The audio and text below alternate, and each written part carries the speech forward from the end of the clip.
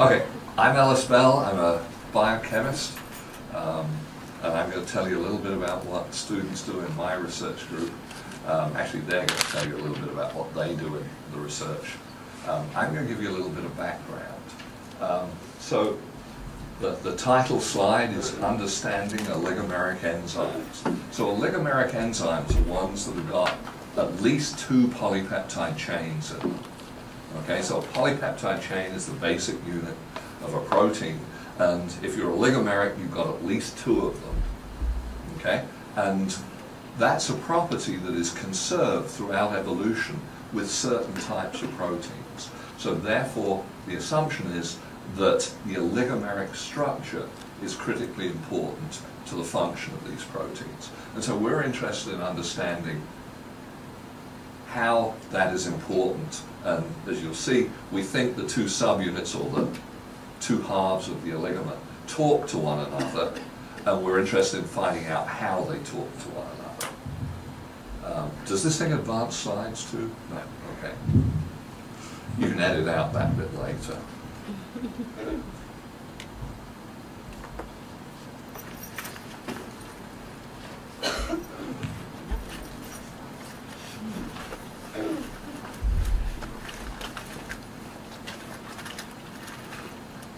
I think I put it to sleep.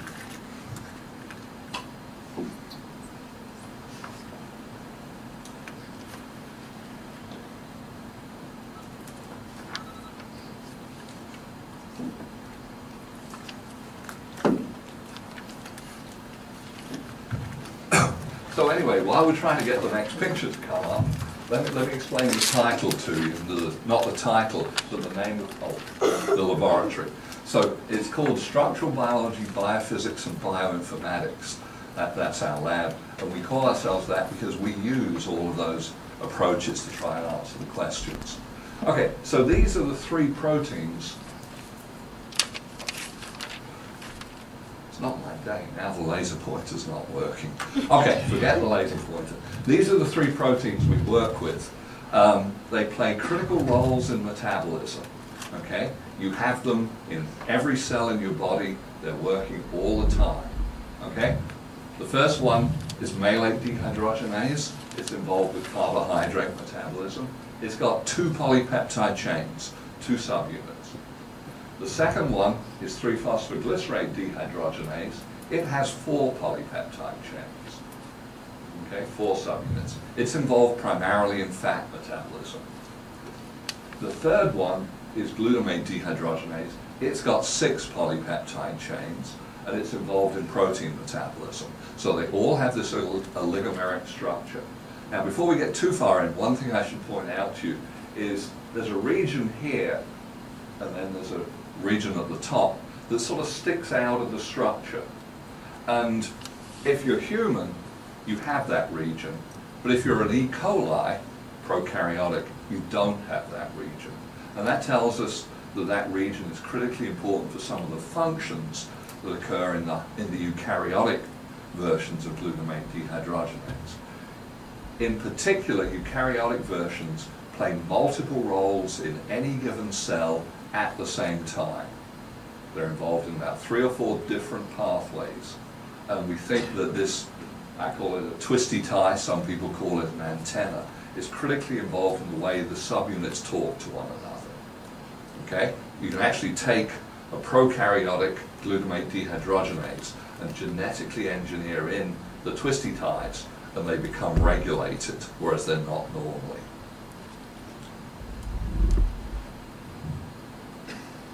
Okay, so enzymes do chemistry, and the reason we work on these 3 is that they do very simple chemistry that is sort of easy to follow and remember. What they do, and I'll talk about malate dehydrogenase in this particular case, 3-phosphoglycerate dehydrogenase does exactly the same in terms of the chemistry, is they have a hydrogen that they're going to remove, and they have a proton that they're going to remove. Okay, the proton is going to move to a base. Who's in freshman chemistry at the moment? Yeah, you just did an acid-base lab, I think. So, this is acid-base chemistry over here. This guy is going to get put onto a cofactor, and this cofactor,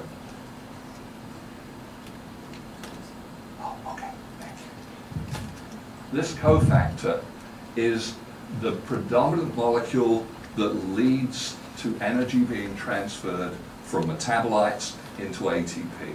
So this is the major currency in energy metabolism. Okay? It's called NAD in the oxidized form, and it's called NADH in the reduced form. So this part is undergoing redox chemistry on this half. This half is undergoing acid-base chemistry. And in particular, this thing here, which is a histidine residue, is part of the catalyst. The properties of that histidine are altered by a nearby negatively charged group. And this group makes this a better catalyst. It makes it a better base. Okay? So you convert the substrate into the product. And you convert at the same time this guy into this guy. If you've done anything with redox chemistry so far, anytime anything gets oxidized, something else has got to get reduced. This guy is being oxidized, this guy is being reduced. Glutamate dehydrogenase does a little bit more complicated chemistry, but it turns out that it's essentially the same. It starts life with an amino group on here. The water comes in and gets rid of the amino group, and then it undergoes the same chemistry as this. Okay, so I won't dwell on that one too much. Okay, so you can end up measuring the rate at which these proteins catalyze the reaction. And the nice thing about that is you can then fit it to some sort of kinetic model, mathematical model, that gives you parameters. So you're going to measure this, you're going to vary this, and you're going to get estimates of these guys. Okay, and there's different ways you can do that. That's for catalysis. You can also make measurements that tell you how tightly the substrate binds. So again, this is what you're going to measure, this is what you're going to vary, and you'll see that this equation is essentially the same form as that equation. You can get parameters that tell you how fast the reaction can go, how tightly the substrates bind, and you can directly measure how tightly the substrates bind and how much substrate binds. Okay, so what do we want to know? Well, the scheme at the top is a generic scheme for any enzyme catalyzed reaction. Okay, the enzyme binds the substrate, it forms some sort of complex, catalysis occurs, it forms a product complex, and then the product's got to dissociate. And then this whole thing just keeps recycling. Well, the critical question that we want to know, questions, is where is the rate limiting step? Which step in this process is the slowest step? Because if we want to understand how the enzyme is regulated, we've got to know where the slowest step is. Because if you want to speed up a reaction, you have to speed up the slowest step. Conversely, if you want to slow down a reaction, who's on the back row? Who's going to answer the question? Okay, who shall I pick on? Sarah, you want to answer the first question? You're on the back row, right? So if you want to slow down a reaction, do you have to slow down the slowest step?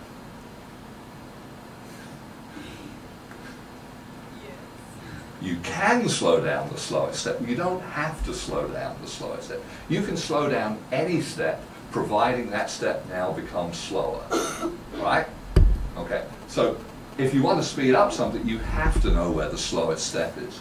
If you want to slow something down, I can slow this step down even though originally this one is the slowest step, providing I make that step slower. Okay. Well, we've got experimental approaches that tell us where the slowest steps in the reaction are. And in particular, they're called isotope effects. So if you have a bond, and we've got very simple bonds, you know, carbon, hydrogen, or oxygen, hydrogen bonds, if you break those bonds, and that's the rate limiting step in the reaction, if I put deuterium in instead of hydrogen, it's harder to break, it's slower to break a carbon-deuterium bond than it is a carbon-hydrogen bond. So if breaking the bond is the slowest step, the rate limiting step, and I put in deuterium, it's going to go even slower. Okay? So I can use that to probe where the rate limiting step is. And this is a typical experiment. This is with glutamate dehydrogenase. This is just the way we measure it. This is absorbance change versus time. Okay? It's actually fluorescence, but it's the same difference. And we can measure a rate. We can measure that rate as a function of the glutamate concentration. And we can measure the rate as a function of either regular glutamate or deuterated glutamate.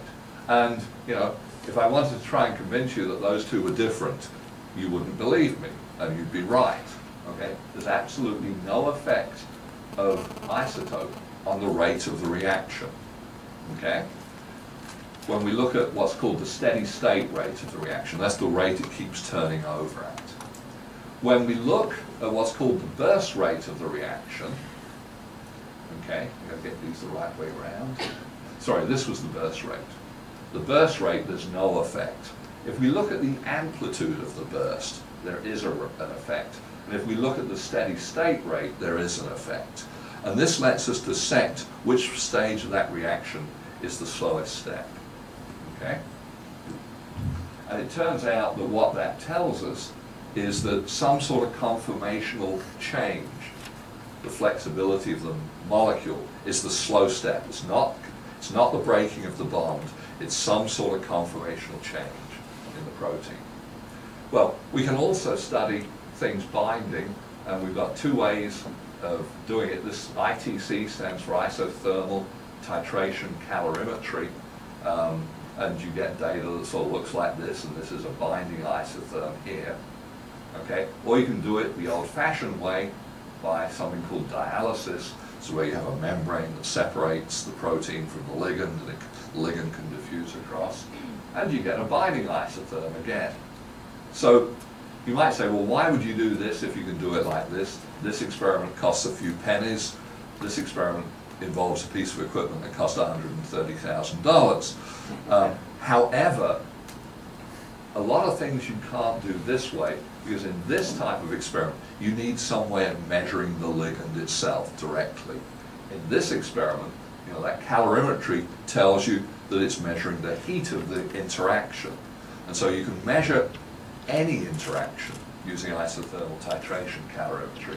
I suppose I should put a plug in for the National Science Foundation. They paid for the equipment.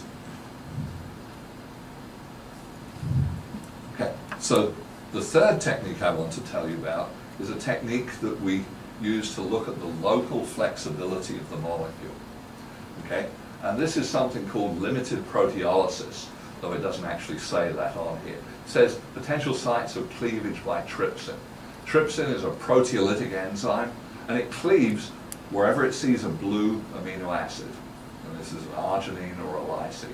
And it potentially can cleave anywhere in this sequence wherever there's a lysine or an arginine. However, if a lysine or arginine is buried inside the protein, it can't be cleaved. Obviously, if it's floating around on the surface of the protein, it can be cleaved. But if the structure, let's say you've got a buried lysine, but the structure is doing this, it's flexible, then the lysine can be cleaved. So we can measure this, and the way we measure this is to use mass spectrometry, in particular matrix-assisted laser desorption ionization, time of flight, mass spectrometry. There'll be a test on this tomorrow, right? Okay, so you've got to remember what the acronym stands for. What this does is it's a very fancy way of measuring the molecular mass of an ion. Okay? Now, if we break this protein, if we have this protein, and there's no breakages because there's no trypsin cleaving anything, then it's got a certain molecular mass. If we break it, say here, then we've got one short bit and one very long bit. So we've got two ions now, one small, one large. And so if you use mass spectrometry, you can identify any of the places at which you get cleavage. This just gives you what the data looks like. This is just, it's boring. It's the data you get off a mass spectrometer. The information we end up getting is, you can see here, what I've done is this is with glutamate dehydrogenase. These are the different arginines and lysines that can be cleaved, and the ones in blue are the ones that are speeded up by the presence of glutamate. The ones in red are the ones that are slowed down by the presence of glutamate, and the ones in light blue are the ones that don't really change very much at all. Interestingly, when we put a different substrate in, all of them are slowed down. So this is something that's specific to a given substrate binding to the protein. So we can use this to probe regions of the protein that are flexible versus less flexible. So we can do all of those things. What we do with any of these things is we make mutations. We try and change an individual amino acid and see what impact that has on the structure. Well, we can actually measure or determine the structure using X-ray crystallography. I'm not going to tell you too much about this because Rachel is going to talk about X-ray crystallography a little bit in terms of what she's been doing, where she's at. This turns out to be the structure of one of the mutants we've made, where, remember I told you about that carboxyl group that sits next to the histidine? If we mutate that carboxyl group, the activity goes down about 10,000-fold. But the structure, which is shown here around the active site, is identical. The only difference is that switch of one amino acid. The rest of the structure is identical. And that pretty much says that that carboxyl group is playing a critical role in the activity. Okay? One of the things we've done a lot of is make mutants at the interface between the subunits. Because if we think that subunits talk to one another, one way to get a handle on that is to disrupt their talking to each other. We can actually measure the strength of how tightly the two subunits interact using a technique called dynamic light scattering. Okay? We can also engineer in fluorescent probes, in this case tryptophan, into different parts of the protein, and then we can measure the fluorescence and look and see how that changes. So we've got lots of different ways to ask questions about the structure and the function of the proteins. Since I'm meant to be attracting you to think about doing research, I have to end up with a little plug. Research is lots of fun. If you're thinking about it, you should talk to faculty. Most of us, love to talk to it for hours and hours about our research. But most of us will try and recruit you to spend not only time in the lab during the academic year, but during the summer.